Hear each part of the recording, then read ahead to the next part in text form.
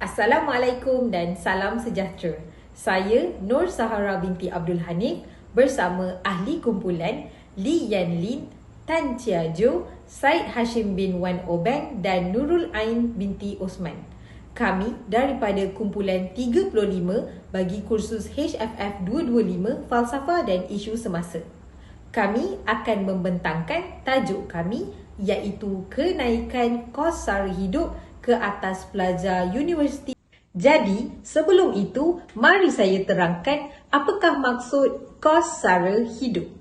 Kos sara hidup merujuk kepada jumlah wang yang diperlukan untuk menampung keperluan asas seseorang ataupun keluarga dalam kehidupan harian.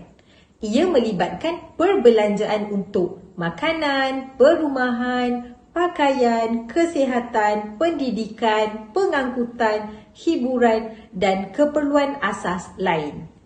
Pengkelasan golongan B40, M40 dan T20 menjadi relevan dalam konteks ini bagi membincangkan perbezaan pendapatan di kalangan masyarakat di Malaysia. Seterusnya, apakah itu golongan pelajar B40? Dalam konteks pelajar universiti di Malaysia, golongan B40 merujuk kepada mahasiswa dan mahasiswi yang datang dari keluarga dengan pendapatan ekonomi yang tergolong dalam segmen 40% terendah di negara ini. Ini bermakna keluarga mahasiswa dan mahasiswi tersebut memiliki pendapatan isi rumah yang lebih rendah berbanding dengan majoriti masyarakat atau golongan M40 dan T20. B40 juga terbahagi kepada 4 kumpulan iaitu B1 yang mempunyai had dapatan kurang RM2,500, B2 RM2,500 hingga RM3,170, B3 RM3,170 hingga RM3,970 dan B4 yang berhad pendapatan daripada RM3,971 hingga RM4,850. Kenaikan kos sara hidup di kalangan pelajar B40 ini telah menjadi satu keprihatinan masyarakat yang kritikal mendedahkan cabaran rumit yang dihadapi oleh golongan ekonomi terpinggir ini. Dalam beberapa tahun terkini, selepas pandemik COVID-19, peningkatan perbelanjaan yang berkaitan dengan pendidikan, perumahan, keperluan harian dan penjagaan kesihatan telah memberikan impak yang signifikan terhadap kehidupan seharian pelajar B40 di Malaysia. Peningkatan kos sara hidup ini tidak hanya menjadi halangan besar dalam mengakses pendidikan yang berkualiti bagi pelajar B40, tetapi juga meningkatkan kesulitan dalam mendapatkan tempat tinggal yang stabil dan mengekalkan gaya hidup seimbang. Seiring dengan kita menyelami kompleks isu ini, menjadi jelas bahawa penyelesaian kepada kenaikan kos sara hidup pelajar B40 memerlukan pemahaman yang menyeluruh terhadap punca, kesan dan langkah untuk membentuk solusi yang inklusif, memastikan peluang yang saksama bagi segmen masyarakat ini untuk berkembang walaupun dalam keadaan ekonomi yang mencabar ini. Selamat sejahtera, nama saya Tan Chia Jo, merupakan ahli dalam kumpulan 35. Objektif kajian dalam kajian ini adalah untuk mengenal pasti puncak-puncak kenaikan kos sara hidup bagi pelajar USM dalam golongan B40. Mengenal pasti kesan-kesan kenaikan kos sara hidup bagi pelajar USM dalam golongan B40. Dan langkah-langkah yang boleh dilakukan bagi menangani masalah kenaikan kos sara hidup bagi pelajar USM dalam golongan B. Kaedah kajian yang digunakan ialah melalui soal selidik dengan menggunakan Google Form. Soal selidik yang diminat dengan mengemukakan soalan yang mudah difahami dan ringkas.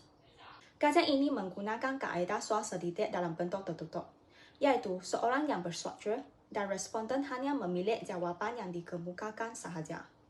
Oleh itu, dalam Google Form ini, mengandungi 4 bahagian, yaitu bahagian A, bahagian B, bahagian C, dan bahagian D dengan menggunakan skala Likert. Dan bahagian A yaitu demografi responden. Seramai 167 orang responden telah terlibat untuk menjawab soal selidik melalui Google Form. Huraian analisis latar belakang melibatkan jantina, umur, bangsa, anggaran pendapatan isi rumah, dan soalan tentang adakah responden menerima siwa sulu. Dapatan hasil kajian menunjukkan daripada 167 orang responden, seramai 71 orang terdiri daripada responden lelaki, manakala 96 orang adalah responden perempuan. Responden yang mempunyai peringkat umum antara 19 hingga 22 tahun adalah terdiri daripada 149 orang, diikuti oleh peringkat umum 23 hingga 26 tahun, mempunyai seramai 18 orang responden, dan tidak mempunyai responden di peringkat umum 27 ke atas. Selain itu, 65 ialah bangsa Cina, 58 ialah bangsa Melayu, 36 ialah bangsa India, dan 8 orang ialah bangsa lain. Dapatan hasil kajian menunjukkan anggaran pendapatan isi rumah responden. Seramai 90 orang responden mempunyai pendapatan kurang daripada RM2.500. Pendapatan antara RM2.501 hingga RM3.170 adalah seramai 41 orang. Pendapatan antara RM3.171 hingga RM3.970 adalah seramai 22 orang. Dan 14 orang responden mempunyai pendapatan antara RM3.971 hingga RM4.850. Akhir sekali, seramai 100 orang responden telah menerima siwa sulu, manakala 67 orang responden tidak menerima siwa sulu. Sekarang saya akan membenarkan Steven menerangkan bahagian B. Terima kasih Ciaco. Salam sejahtera. Nama saya Steven Lee. Jadi, sekarang saya akan teruskan pembentangan ini dengan objektif kajian pertama. Terdapatlah banyak punca-punca yang menyebabkan kenaikan kos sara hidup. Oleh itu, kami telah mendapat dan menganalisis maklumat-maklumat daripada responden iaitu pelajar USN dengan adanya 5 pernyataan soalan di bawah objektif kajian ini. Pernyataan pertama ialah kenaikan harga peralatan pembelajaran, iaitu buku, alat tulis, dan alatan elektronik. Majoriti daripada responden telah memilih sangat setuju, iaitu seramai 66 orang dan 63 orang telah bersetuju dengan pernyataan ini. Namun, minoriti daripada responden iaitu 3 orang sangat tidak setuju, 5 orang tidak setuju. Manakala seramai 30 orang bersifat neutral. Pernyataan kedua ialah peningkatan harga bagi bilik atau rumah sewa tinggi. Majoriti seramai 67 orang telah bersetuju dan 65 orang sangat bersetuju dengan pernyataan ini. Namun, 6 orang tidak bersetuju dan 3 orang sangat tidak bersetuju. Manakala seramai 26 orang bersifat neutral dengan pernyataan ini. Pernyataan ketiga ialah peningkatan kos komunikasi, contohnya telkom, internet, dan lain-lain. Terdapat seramai 59 orang sangat setuju, 72 orang setuju, 27 orang bersifat neutral, 7 orang tidak bersetuju, dan 2 orang sangat tidak setuju. Pernyataan keempat ialah peningkatan harga makanan di kampus. Punca ini telah mendapat tahap persetujuan yang paling tinggi, iaitu reaksi setuju dan sangat setuju. Selama 68 dan 70 orang, terdapat 3 orang tidak setuju dan 2 orang sangat tidak setuju dengan pernyataan ini. Manakala seramai 24 orang bersifat neutral yang juga merupakan kadar terendah berbanding dengan pernyataan yang lain. Pernyataan terakhir ialah peningkatan yuran pengajian. Terdapat seramai 6 orang sangat setuju, 4 orang setuju, 35 orang bersifat neutral, 63 orang tidak setuju dan 59 orang sangat tidak setuju. Baiklah, sekarang saya akan serahkan pembentangan ini kepada saudari Ain. Hai, Assalamualaikum. Nama saya Nurul Ain Tutman yang merupakan ahli bagi kumpulan 35 yang akan membentangkan bahagian C dan bahagian D untuk tugasan ini. Kenaikan kos sara hidup telah memberikan kesan kepada hidup rakyat, terutamanya golongan B40. Oleh itu, kami telah meminta pendapat daripada pelajar USM berkenaan hal ini dengan mengajukan soalan bagaimanakah kenaikan kos sara hidup telah memberikan kesan kepada pelajar. Kami telah mengemukakan 5 kesan utama yang dapat kami kenal pasti bersama 5 pilihan tahap persetujuan yang boleh mereka pilih untuk memberikan pandangan mereka. Kesan pertama ialah kenaikan kos sara hidup telah menyebabkan peningkatan tahap tekanan, emosi dan mental. Majoriti daripada responden telah memilih sangat setuju iaitu seramai 75 orang dan 69 orang telah bersetuju dengan pernyataan ini. Namun minoriti daripada responden iaitu 3 orang sangat tidak setuju dan 2 orang tidak setuju. Manakala seramai 18 orang bersifat neutral. Kesan kedua ialah kenaikan kos sara hidup telah menyebabkan penurunan kualiti pemakanan. Majoriti seramai 67 orang telah bersetuju dan 69 orang sangat bersetuju dengan pernyataan ini. Namun 9 orang tidak bersetuju dan 2 orang sangat tidak setuju. Manakala seramai 20 orang bersifat neutral. Kesan ketiga ialah kenaikan kos sara hidup telah menyebabkan penurunan kuasa beli.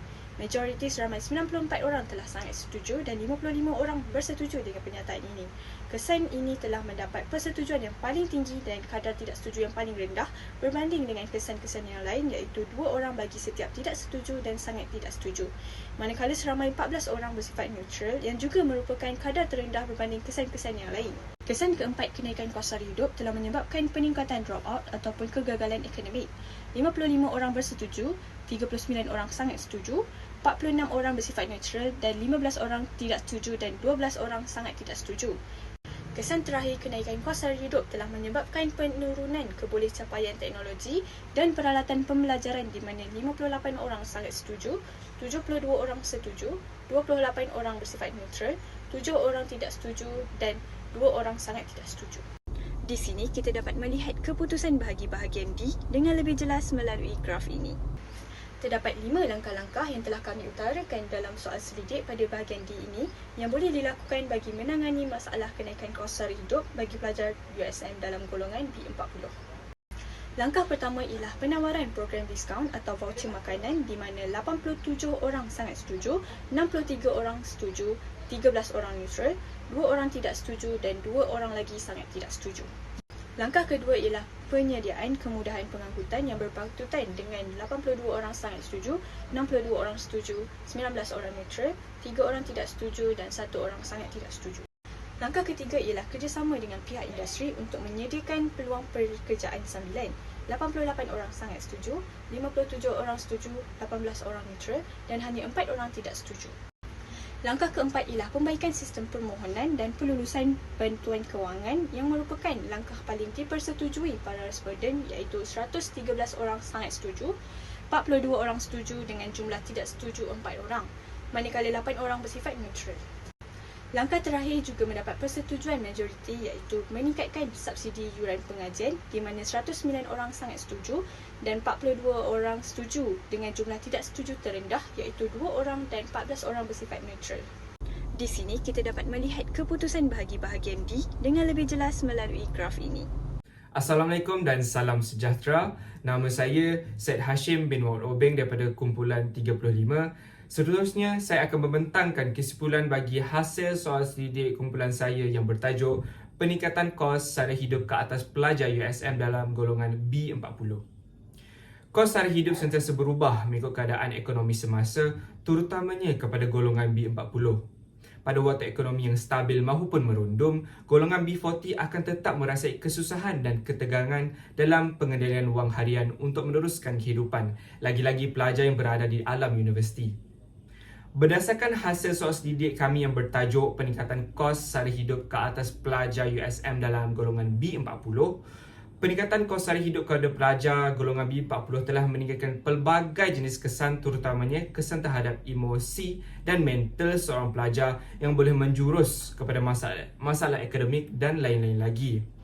Jika situasi ini berterusan, maka kebanyakan pelajar akan berpendapat bahawa langkah untuk mencapai ilmu sehingga ke Menara Gading ini merupakan satu bebanan tambahan sahaja. Oleh itu, peranan pihak kerajaan, pihak universiti dan sikap pelajar itu sendiri memainkan peranan yang amat penting bagi mengubah kehidupan seseorang mahasiswa-mahasiswi. Pihak kerajaan sewajarnya perlu memberikan bantuan yang banyak dan berimpak positif kepada pelajar golongan B40 ini. Tidak dapat dinafikan bahawa kerajaan telah menghulurkan pelbagai jenis insentif sebagai contoh e-belia, e-madani, alat peranti siswa dan lain-lain lagi. Akan tetapi, pihak kerajaan, terutamanya Kementerian Pendidikan Tinggi, seharusnya perlu mendalami kehidupan pelajar ketika kos sara hidup yang meningkat ini dengan pihak pengurusan universiti. Oleh itu, insentif yang baru boleh diwujudkan yang memfokuskan kepada masalah utama pelajar daripada pelbagai aspek seperti mewujudkan program voucher atau diskaun makanan, penyediaan pengangkutan yang berharga berpatutan, menyediakan peluang pekerjaan dan meningkatkan subsidi ke atas yuran pengajian pelajar. Jika semua kemudahan sudah dihulurkan kepada pelajar, maka mereka perlu menggunakan dan menjaga bantuan yang diperolehi dengan sebaik yang mungkin. Lanjutan itu, seorang pelajar seharusnya bijak dalam menguruskan kewangan mereka dari apa saja sumber sekalipun kerana amat penting bagi mereka mencapai kehidupan yang stabil dan selari dengan situasi realiti seorang pelajar sekarang. Akhir kata, peningkatan kos sara hidup pelajar USM dalam golongan B40 ini meninggalkan impak yang mendalam dan sekiranya tidak diatasi, maka sukarlah bagi kita untuk mencapai rakyat yang berpendidikan tinggi. Oleh itu, semuanya akan bergantung kepada pelajar itu sendiri dalam pengurusan kewangan dan sumber kewangan yang terhad perlu dibezakan di antara keperluan dan kehendak mereka. Dengan adanya pengurusan kewangan yang bijak dan efisien, pelajar mampu menjalani kehidupan di universiti dengan jayanya.